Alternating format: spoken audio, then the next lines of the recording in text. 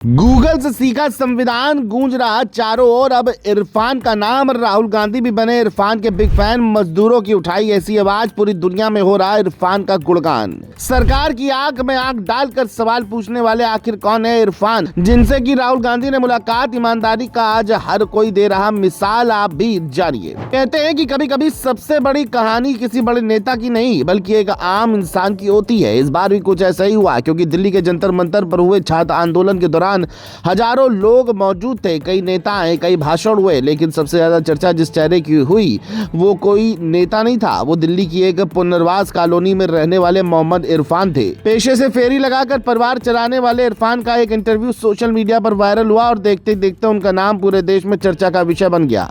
इसके बाद लोकसभा में नेता प्रतिपक्ष राहुल गांधी भी उनसे मिलने उनके घर पहुंचे। आखिर कौन है मोहम्मद इरफान और क्यों उनकी बातें लाखों लोगों तक पहुंची, आइए पूरी कहानी समझते हैं। दरअसल मोहम्मद इरफान दिल्ली की सावदा जेजे कॉलोनी में रहते हैं। मीडिया रिपोर्ट्स के मुताबिक उन्होंने नियमित स्कूल की पढ़ाई नहीं की।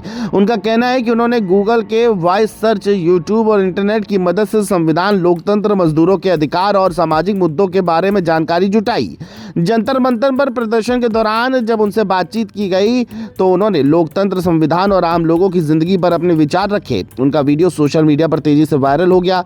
कई लोगों ने उनकी बातों की तारीफ की तो कई लोगों ने उनके विचारों पर अपनी अलग राय भी रखी और देखते देखते इरफान कुछ ही घंटों में सोशल मीडिया पर चर्चा का बड़ा विषय बन गए। इसी दौरान कांग्रेस नेता राहुल गांधी ने भी मोहम्मद इरफान से मुलाकात की।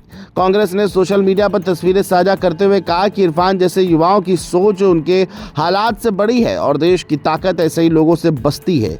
राहुल गांधी ने इरफान और उनके परिवार से बातचीत की। मीडिया रिपोर्ट्स के अनुसार उन्हें संसद आने का निमंत्रण भी दिया गया और फोन पर प्रियंका गांधी से भी उनकी बात कराई। इस मुलाकात के बाद इरफान एक बार फिर चर्चा में आ गए हैं। हालांकि अलग अलग राजनीतिक दलों के समर्थकों ने इस मुलाकात को अपने अपने नजरिए से देखा और सोशल मीडिया पर इस पर भी खूब बहस हुई। इरफान की सबसे ज्यादा चर्चा इसलिए भी हुई क्योंकि उन्होंने अपनी जिंदगी के संघर्षों को खुलकर बताया। उनका कहना है कि वह रोज बर्फ बेचकर लगभग 500 रुपए कमाते हैं। उन्होंने मजदूरों की कमाई, महंगाई, शिक्षा, स्वास्थ्य और सम्मानजनक जीवन जैसे मुद्दों पर अपनी बात रखी। उन्होंने कहा कि मजदूरों की समस्याओं पर ज्यादा चर्चा नहीं होती और मेहनत करने वाले लोगों को बेहतर जीवन का अधिकार मिलना चाहिए। उन्होंने ये भी कहा कि उनका मकसद प्रसिद्ध होना नहीं था बल्कि मजदूरों और आम लोगों की आवाज उठाना था। यही बातें कई लोगों को प्रभावित करती दिखाई दी। इरफान ने यह भी बताया कि वह मोबाइल पर टाइप नहीं कर पाते, इसलिए गूगल के वॉइस कमांड का इस्तेमाल करके जानकारी जुटाते हैं। उन्होंने मजाक में कहा कि उनका विश्वविद्यालय गूगल, यूट्यूब और इंटरनेट है। इंटरव्यू में उन्होंने संविधान, लोकतंत्र और सामाजिक जिम्मेदारी पर अपने विचार साझा किए। कुछ लोगों ने इसे प्रेरणादायक बताया कि सीमित संसाधनों के बावजूद कोई व्यक्ति सीखने की कोशिश कर सकता है, जबकि कुछ लोगों ने कहा कि किसी भी विषय को समझने के लिए अलग अलग स्रोतों से जानकारी लेना भी जरूरी है। यानी उनके वीडियो ने सिर्फ तारीफ ही नहीं बल्कि एक बड़ी सार्वजनिक बहस भी शुरू कर दी।